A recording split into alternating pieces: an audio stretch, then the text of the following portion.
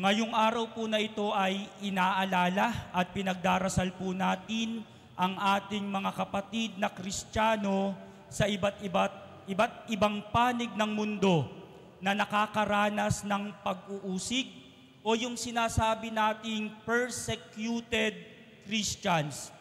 Dahil aminin man po natin o hindi, marami pa ring bansa, kultura at mga tao ang hindi tinatanggap ang mga Kristiyano.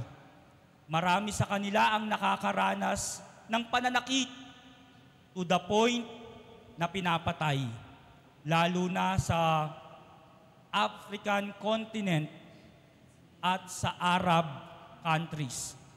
Marami tayong mga kapwa Kristiyano kahit dito sa ating bansa ang nakakaranas nito. Sabi nga po sa letter ni Saint Paul to the Romans, yung sulat ni Apostol San Pablo sa mga Romano.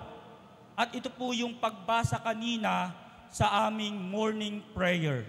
Sabi, sino ang makapaghihiwalay sa atin sa pag-ibig ni Kristo? Ang kaguluhan kaya? Ang kapighatian? Pag-uusig? Pagkagutom? Kahirapan?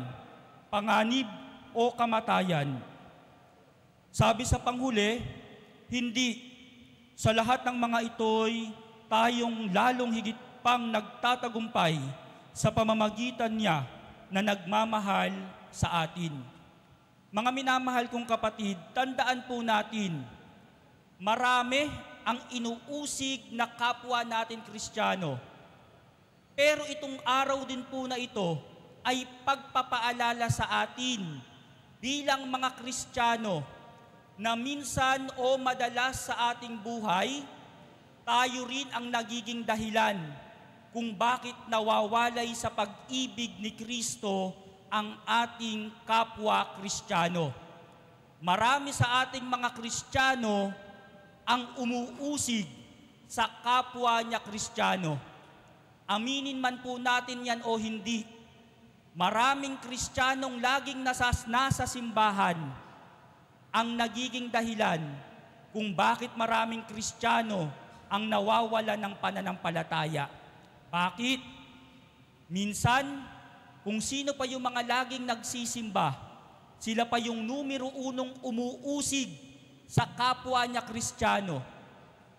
Paninirang puri, pangmamata, pagiging matapobre, pang-aapi sa mga walang kakayahan, pagnanakaw sa kaban ng bayan. Kristiyanong itinuturing, pero hindi nakikita sa gawa. Ito po ay pagpapaalala sa atin bilang mga Kristiyano. Sana hindi po tayo ang maging dahilan para mawala ang ating kapwa Kristiyano sa pananampalataya kay Kristo. Huwag po natin tignan lamang yung mga kapwa Kristiyano nating pinapatay ng mga hindi Kristiyano. Pagkus, tignan din natin ang ating sarili. Sabi nga ni Mahatma Gandhi, I love Christ, but I hate Christians. Bakit niya kaya ito nasabi?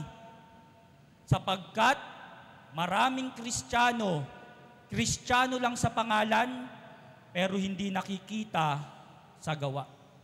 Mga minamahal kong kapatid, pagsumikapan nating mas maging mabuti sa ating kapwa.